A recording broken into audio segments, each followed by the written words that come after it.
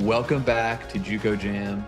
With me, as always, the JUCO advocate himself, Brandon Goebel. Brandon, this is the district preview show. Can you believe we're here? I cannot believe it, if I'm being honest. It But seems like we did it. We yesterday made was it. Jamboree season. We made it here. Yeah, so what we're going to do, we're going to break down all 16 districts. Why wouldn't we?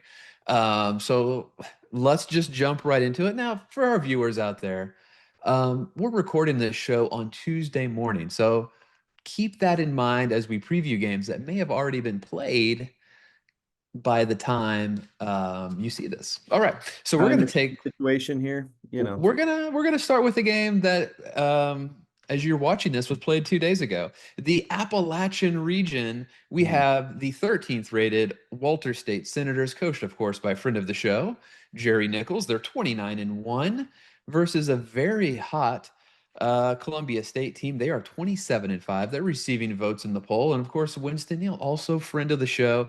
This is a can't lose situation. Walter State, Columbia State, two good programs, two teams having good seasons. Brandon, how do you see this one going down? Well, we know that Columbia State, the first matchup, not so great for them, much better the second time around. They can compete with Walters on any given night. And, it's going to be a dogfight because Winston Neal knows how to coach them up, especially when it comes tournament time. And I think one of the things that we've talked about all season long is that so many freshmen coming into junior college are really, really good players. This game has a slew of top freshmen across the country.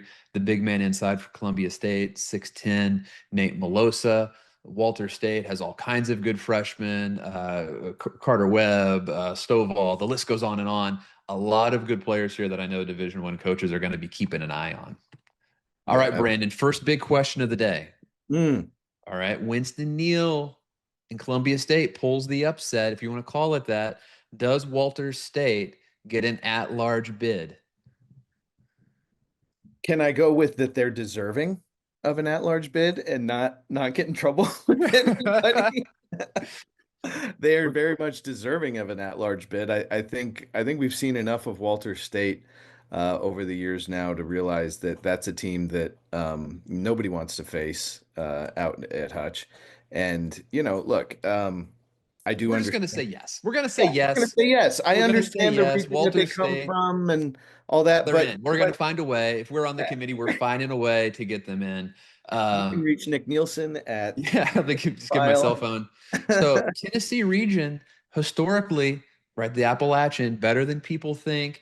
Last year, Columbia State goes to the wire. They lose 58-55 to Triton. Jerry Nichols, undefeated in first round games. Going to be pretty exciting. All right, we're going to transition along to the Atlantic region.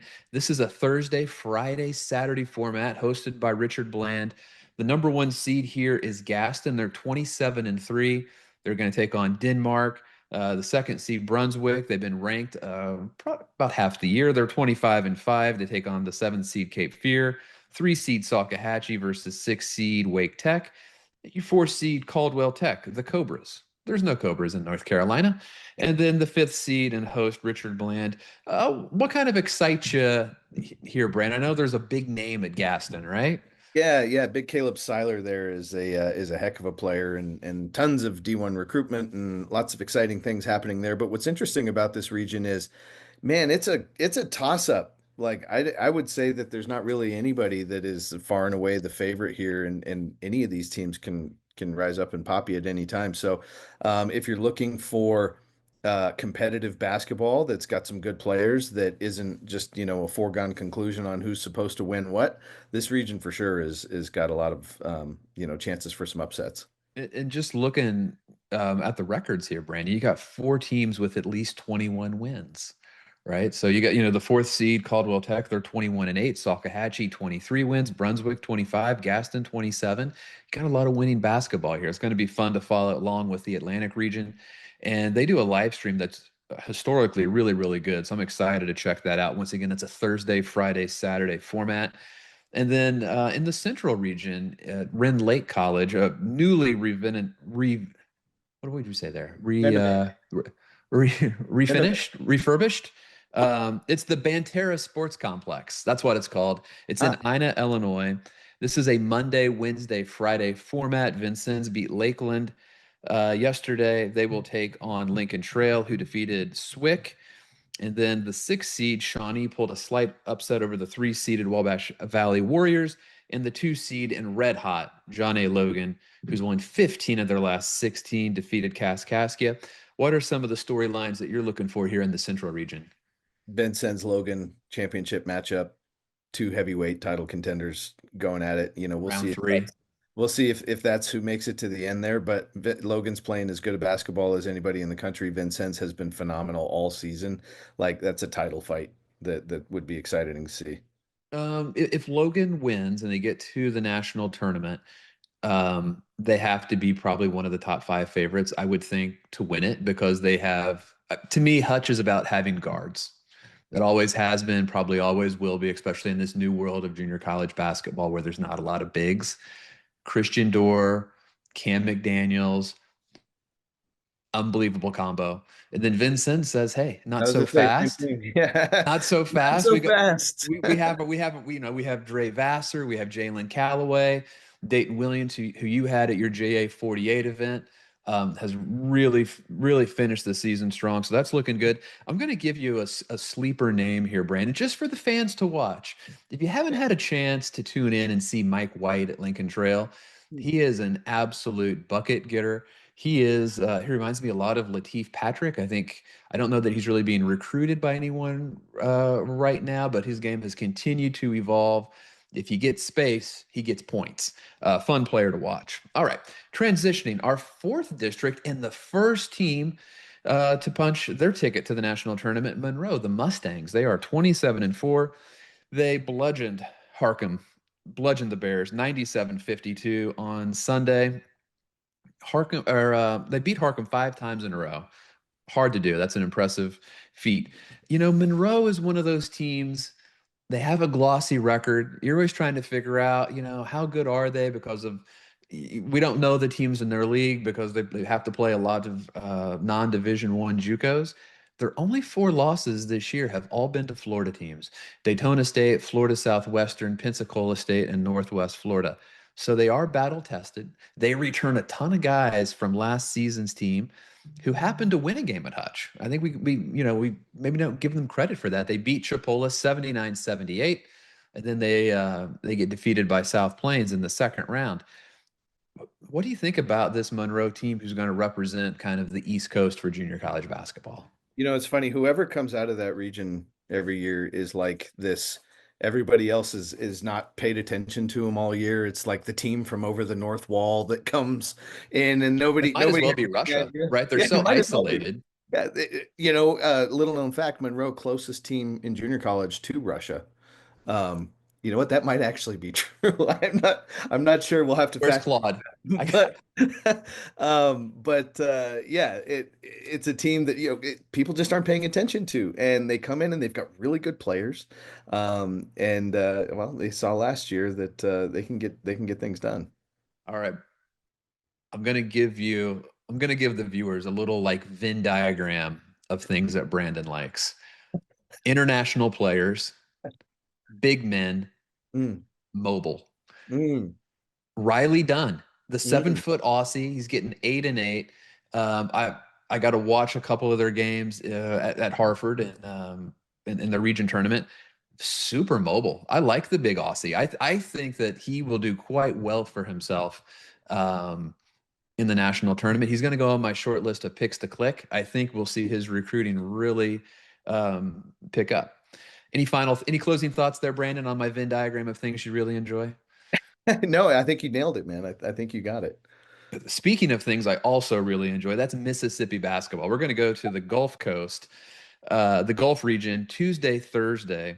We have Jones, 22-9, ranked very highly at certain points during the season. Southwest Mississippi, they are 17-14. They got a lot of really just big guys, big athletic, 6'8", 6'9" type of players. The other matchup is going to be Hines, 18-14 versus 25th ranked Itawamba at 23-6. Always a competitive region. Every year I pick Jones for something. I might as well pick them in this one. And then if they get to Hutch, I'm going to have to pick them to win a game. I'm trying to get some fans there in Bobcat land. Yeah, not the most consistent Jones team we've seen I'm before. consistent though. But you're consistent, yeah. I've taken Jones for years. Just roll with me on this. We know Come where on, he's Jones. Come going. on, Bobcats. But just not their most consistent team this year for whatever reason. Newton Mueller does an unbelievable job there, and it's hard to just keep that train rolling like that. And they've done a great job. They got to be playing their best basketball right now.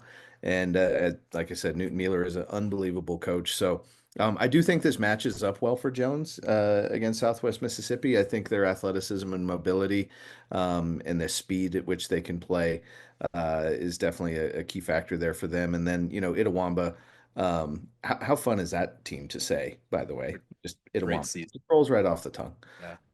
Great season. And again, another team that's just got a lot of talent scattered all over the place. I mean, the last time we saw them, there was just up and down that roster was loaded.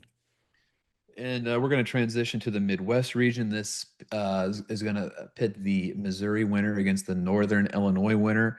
Mineral area, honorable mention, they're 20 and 11. They played one of the most challenging schedules of anybody in junior college basketball. Coach Tony Irons, play anybody anywhere. And they're going to have to go to the very unfriendly confines that is Malcolm X. It is a very, very difficult place to play. Malcolm X, 19 and 13. They have one of the better players in the country who's put up monster games against Vincennes and Indian Hills. I think this is going to be a fun afternoon matchup to watch.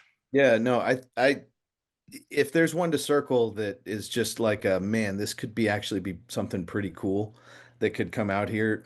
Malcolm X at home, Jaquan Dixon is a heck of a player, and I saw them in St. Louis in the fall during Jamboree season, and just honestly, I was just sitting up top, kind of getting my wits about me. I was sick as could be, and I look over and I see this team just doing all sorts of crazy stuff. I'm like, who the heck is this? And I look down and it's Malcolm X. I was like, oh man, like they're going to be fun to watch this year. And sure enough, they didn't let us down. Every time they had a big game, they went in there and fought. So this could be a upset special. Yeah. And the fact that they have played Vincennes, they have played Indian Hills, Triton three times, right? The moment's not going to be too big for them. And Coach Ron White does an absolutely terrific job. All right, the Mid-South region, Region 14, East Texas, whatever you want to call it, the land of Greg Hire. This was probably the hottest region in the country last year of like how they performed at the national tournament. Trinity Valley wins the national title. Panola, a Final Four run. Angelina, a deep run as well. This year, we don't know. Maybe it's a one bid league. Maybe it's two. We don't know.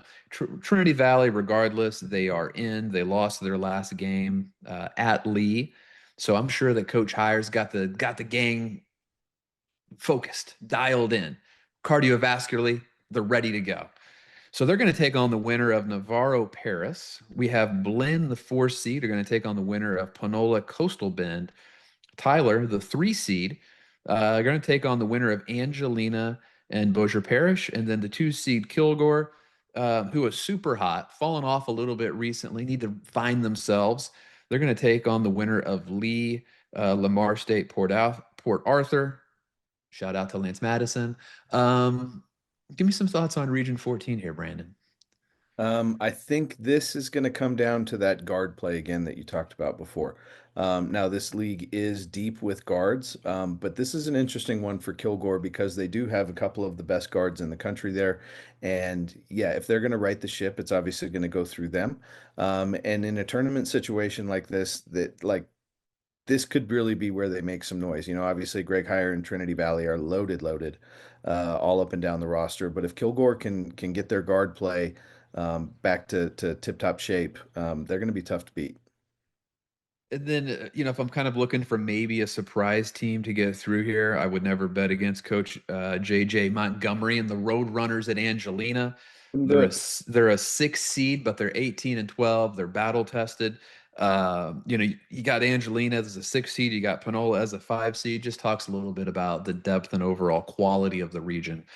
A region that we both love, Brandon. We're going to transition to North Central in Ottumwa. The Warriors, 29-2, number two ranked team in the country. Yeah, I mean this region, their district matchup, whatever you want to call it, is always a battle. Now it's typically more of a battle when you have to go to Central Russia Yes. to to play against Region 14. But hey, coming in there, I mean, the fun thing about these district matchups like this sometimes is that the quote underdog district, they got nothing to lose. They just come in swinging like a crazy person, and that's exactly what's going to happen here. And we all know that Indian Hills has punched their ticket. Yeah, I mean, you know that Coach Cole Dewey is going to have them ready to go. All right, can you believe it? That's 8 regions. We're halfway home, Brandon. All right, we're going to take a little bit of a commercial break. Brandon and I, who knows? Maybe we go for some quick honey chipotle chicken crispers. And when we come back, we're going to preview the final 8 games. Stay with us. Intensity fuels these champion student athletes to greatness. Zurich Insurance is proud to be the official provider of student athlete insurance for the National Junior College Athletic Association. Throughout the highs, we cheer along to their screams of victory. Throughout the lows, we support them through their tears of defeat. Zurich Insurance, helping student athletes play the sport they love.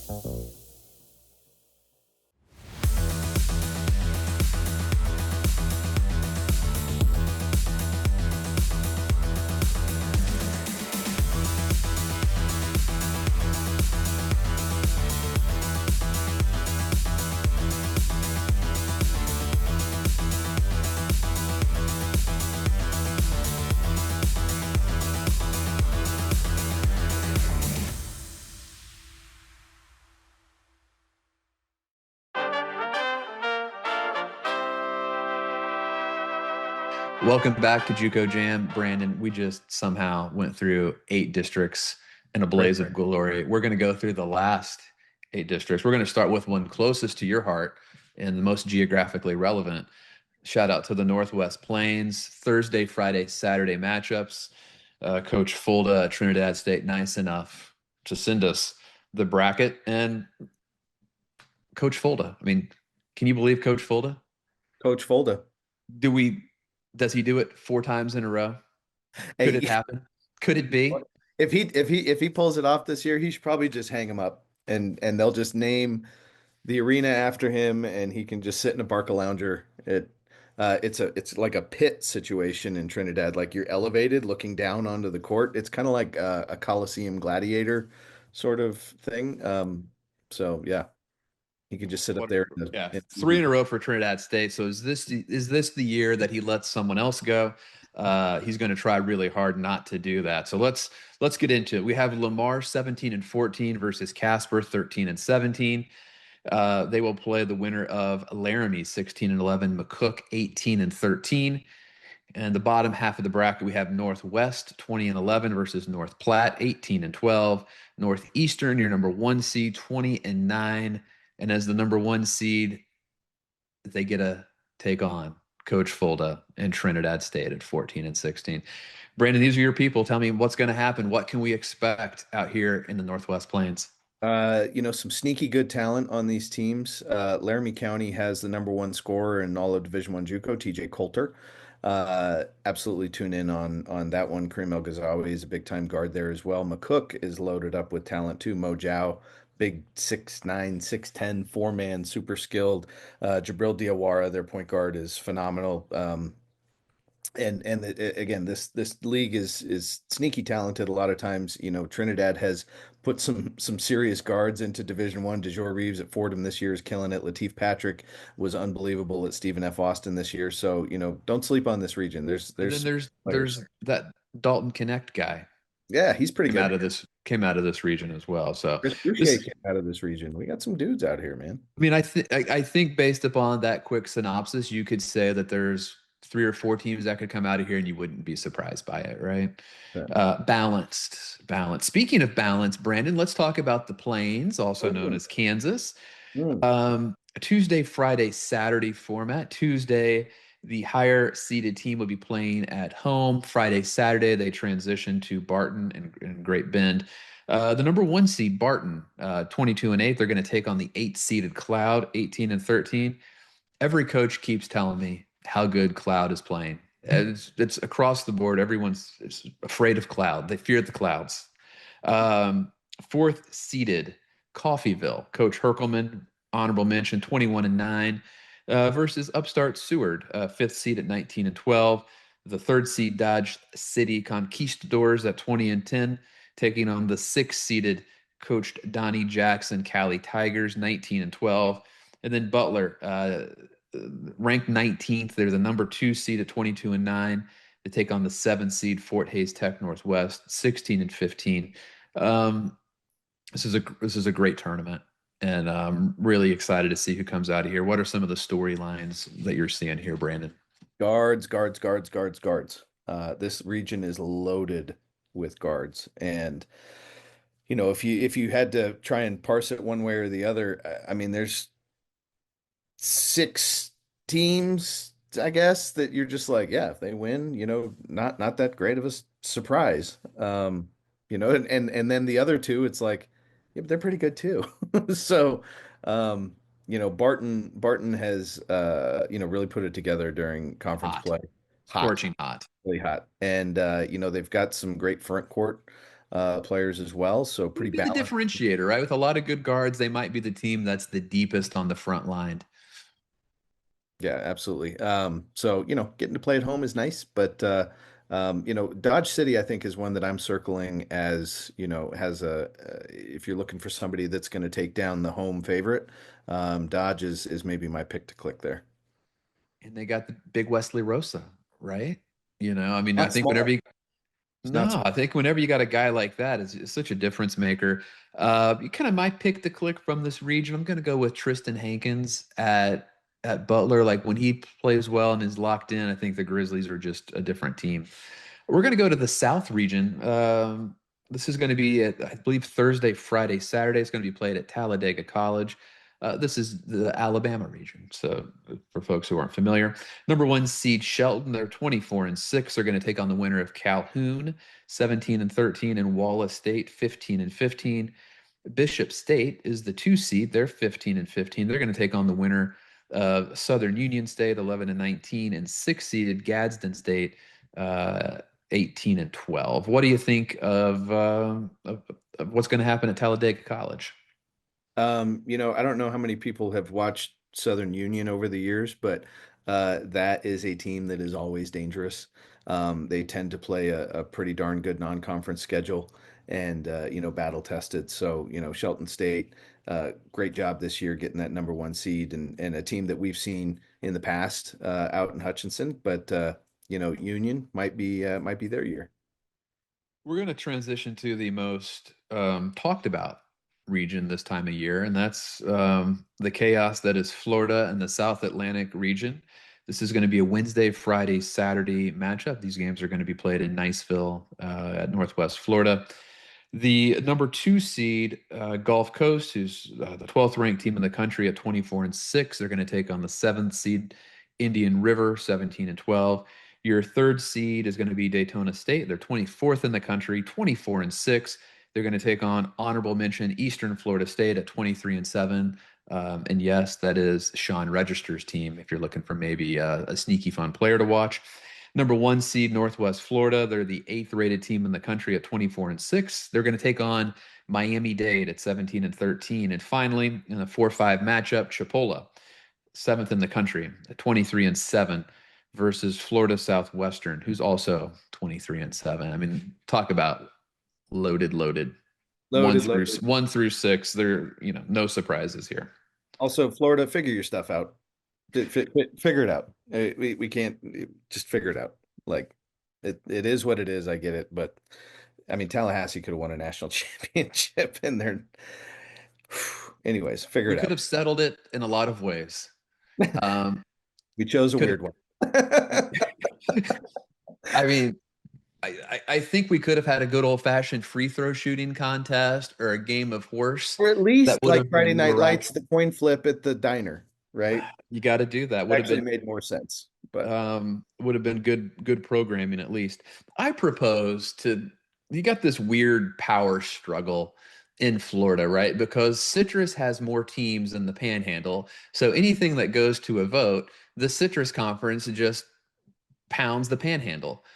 So why don't you just have the Panhandle has a conference tournament, the Citrus Conference has a conference tournament, and then you just have the two winners play each other? I there it don't know. is. There it is. Just a thought. All seems to be better than using some sort of computer-based algorithm that can't connect clusters. Beyond that, Brandon, for things that are actually going to happen on the court, what are you excited about on the court? We could do a whole podcast about off the court, but on the court, what is exciting you here? Coin flips everywhere. We're Like going to I play the games. Are we even going to play the games? We're just going to no, coin flip it out. no, we're gonna. It's like there's Simulations. so much talent in this whole region, this whole area that I mean, it's like it's a delight, if you will, when you tune in to see how much talent there is. There's a couple of these that you could say, yeah, like this should work out this way, but other than that, All right. We're just throwing scenarios out. Okay. spaghetti noodles at the wall. There's going to be a lot of teams kind of vying for that last one or two spots for the at large. It's how it always works. Mhm. I want to paint a picture for you. I want to make my case Okay. for Florida Southwestern, and I think they're underseeded. All right. So they tied for the lead in the Citrus Conference with Daytona. They beat Daytona head to head twice. Let's imagine a world where they beat Chipola and then they would take on the winner of Northwest Florida Dade. Let's say they play Northwest Florida and they beat Northwest Florida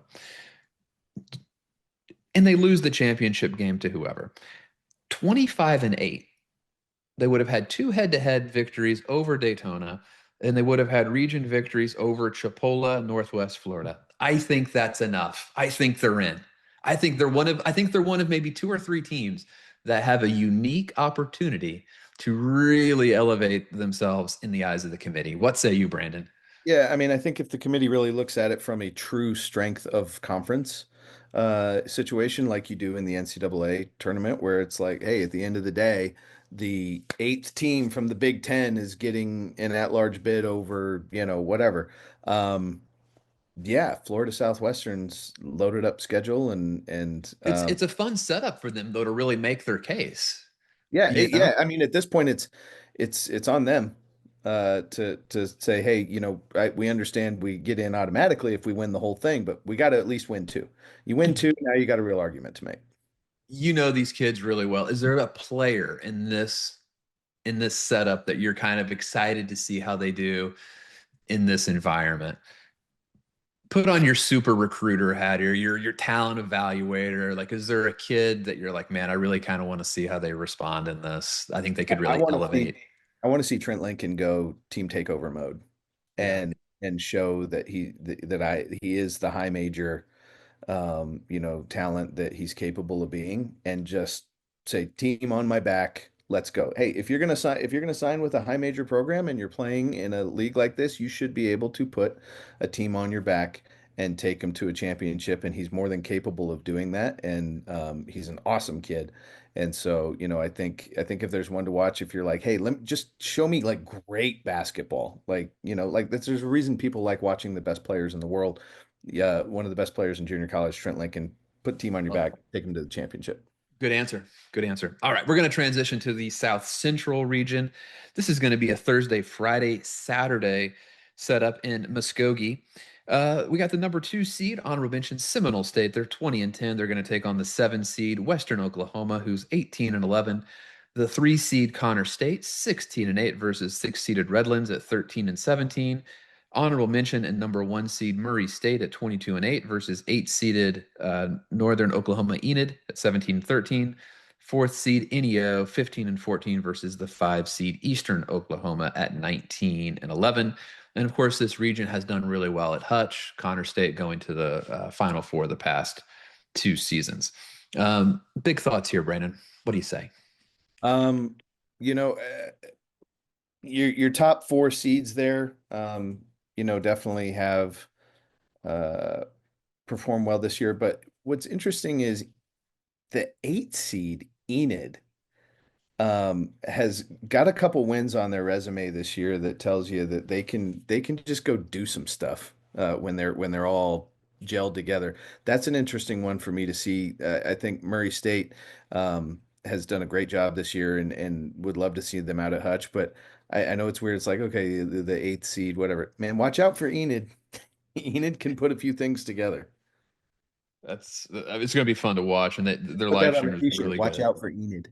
Enid, Enid, and then who knows? Shout out to my guy Eric Walls. Maybe the Cowboys. Maybe Connor State says, why not 3 times in a row? We kind of like Hutch. We like winning there. Yeah. We're going to transition to the Southeast region. It's a Tuesday, Friday, Saturday format. These are the good folks in Georgia. South Crescent Tech is going to take on honorable mention Central Georgia Tech. Central Georgia Tech 22-6. Georgia Highland 12-18 versus South Georgia State 20-10. Albany Tech 13-17 versus South Georgia Tech at 15-15. And then finally East Georgia State at 10-20 versus Gordon State 14-15. Thoughts here on the Southeast, Brandon? Very easy to get lost in this region with the directions, the techs, and the states, and Yes. they get crisscrossed. Central So Georgia. the way I remember it, Hmm, tech hmm. is about jets and aviation. Okay. So, Yeah. and then the state, hawks. So if you're looking for blue and hawks, you go state. If you're thinking more red color pattern, that's the jets. They do a lot of real. When the president came on and talked a couple years ago about that aviation program that they have at South Georgia Tech, I was like, that's really cool. I like that. They're doing good things there. They Um, got good players too. Good players, yeah. More good aviation program, great basketball program as well. Do we get somebody other than a South Georgia to the national tournament this year? Watch out for Albany Tech. Watch out for Albany. I don't know what their aviation program is like at all. I got to be honest, and maybe their tech is in a different Could be thing. something completely Maybe they're different. into trains. I don't know, Yeah. but Albany Tech is an interesting one to watch. Okay. Um, I'm gonna go with the Jets. I'm gonna go. I think a South Georgia gets back to the national tournament. Give me Jets and Hawks. You can take the field. I'm rolling with my South Georgias, both of them. All right, we're gonna transition to the Southwest region. Thursday, Friday, Saturday. This is gonna be played in Odessa, where Odessa will not be participating. Slightly awkward. So this is going to be your 4 top Whack-A-Jack teams versus your 4 top West Texas teams. All right. Any questions before we get to the bracket? Because there's a lot of numbers and directional things. Okay. All right. All right. The West 1 Howard will take on the North 4 Ranger. Howard is ranked 4th in the country. They will take on the winner of West 3 New Mexico versus North 2 Collin. Going to the bottom half of your bracket, your North 1 McLennan will take on the West 4 Midland. And then finally, your West 2 South Plains will take on your North 3 Temple. There's Got going it. to be a quiz shortly after this. Hmm. But, the one matchup here, Brandon, which we knew somebody would get this. We knew the North 1 for the past 2 months was going to be McLennan. They've lost one game this season. They lost to Paris by a point. Other than that, they've been amazing. They won at Angelina, at Kilgore. They've been the number 1 defensive team by just about every metric all season long. We were so close to having a 4-way tie in the Whack-Jack, which I think they break their ties by arm wrestling, I think, or some It's sort of actually, rodeo event, I'd say it's barrel racing. barrel racing. But Midland, you know, great number 4 seed, 25-5. I mean, this is like a Final Four type matchup at Hutch, which is going to be an opening round game of the Southwest District.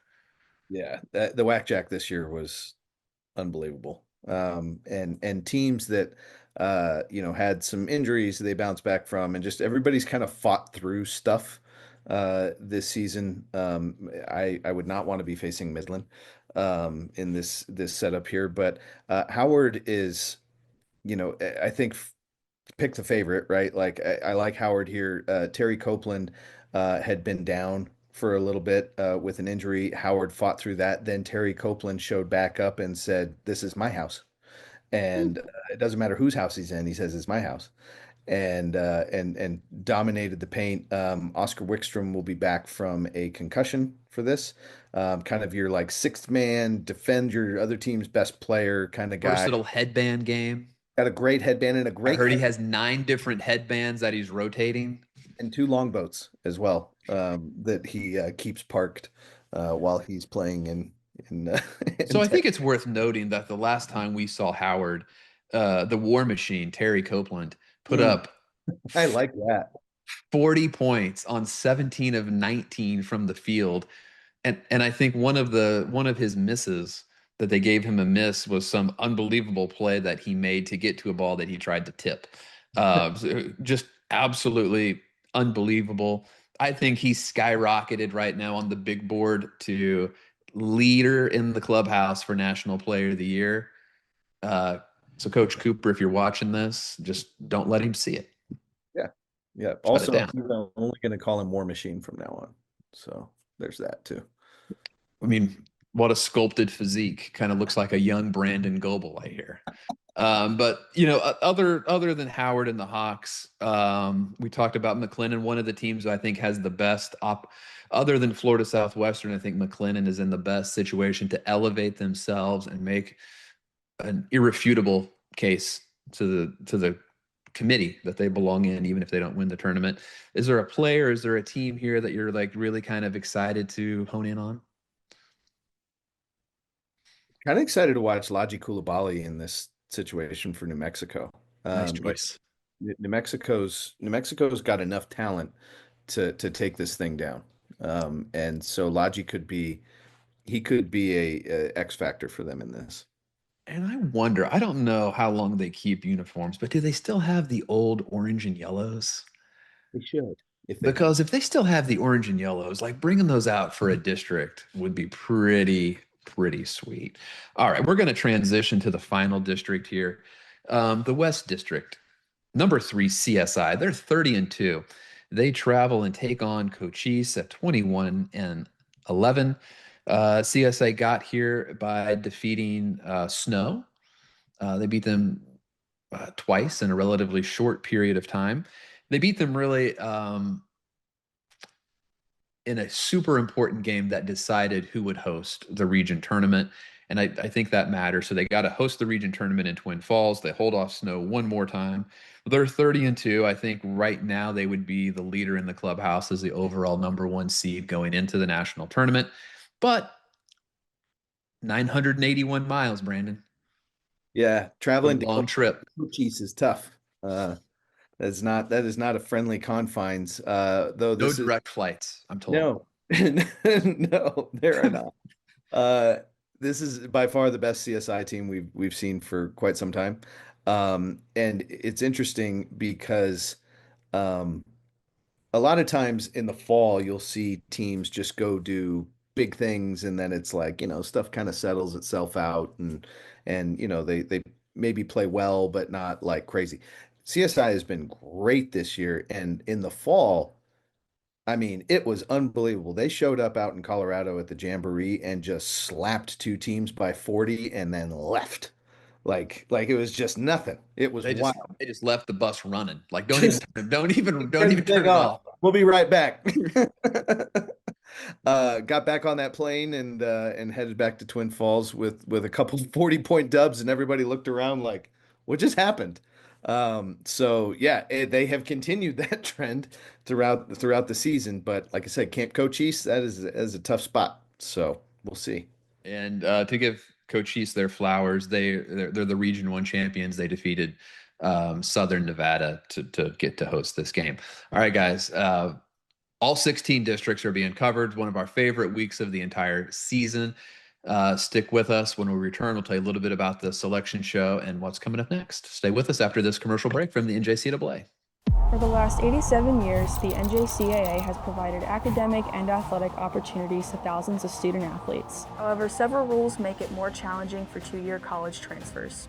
Recently, 16 national coaches associations, led by the National Fast Pitch Coaches Association, sent a request for change to NCAA leadership to make the rules the same for all transfers.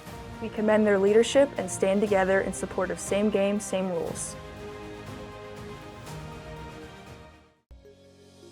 As the second largest intercollegiate athletic association in the country, the NJCAA serves not only a pivotal role in college athletics, but in higher education.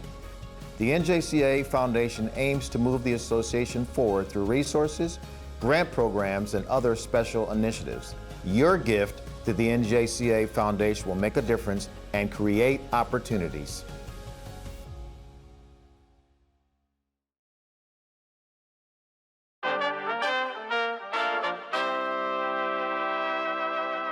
Brandon, I can't believe we got another district preview in the book. One of the best weeks of the year. I'm certainly looking forward to it.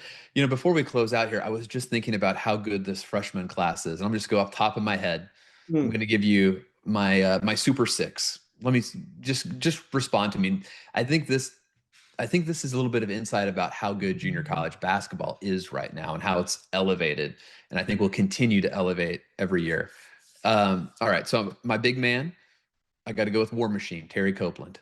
All right, my forwards, I'm going to go with Sean Register and Xavier Wilson from Indian Hills. We didn't get to talk about him today. I like him. I'm going to give you another wing, Cam McDaniels at John A. Logan. And then my point guards, we're going to share the sugar here at the point. We're going to go Ace Reiser at CSI, Dre Vassar at Vincennes. I like it. Junior college basketball is getting better, man. Better, more talent. Way better. And it's actually getting harder to figure out who's recruitable because we have so many good qualifier freshmen that are coming through now. You know, there was a time when you could a lot of times go down the list and go, not a sophomore, not really recruitable. That has changed a lot. You know, most of that list I think is rip and roaring ready to go. So yeah, here we are. And there's going to be, we'll just tell the viewers what's coming up. All right. The most important thing that all the viewers need to know on my birthday, March 16th, more than just my birthday, but at 6 p.m. Eastern, that's going to be the NJCAA Division I men's selection show. On your birthday. On my birthday. I think they did it on a Monday just for my birthday. That's what they said. So that's going to be great. We're going to be able to give our reactions live and talk about, you know, our thoughts on the bracket, what we're super excited about. But then same time next week, we're going to do our national championship preview show, which is my favorite show of the entire season. So good things coming up. Monday, March 16th, 6 p.m. Eastern is going to be NJCAA selection show. And then the following Thursday, same time, same place, we're going to have our national championship preview of the entire week of Hutch. Brandon, what a great time of year it is. Let's get it. Let's go. Have a great week, everybody.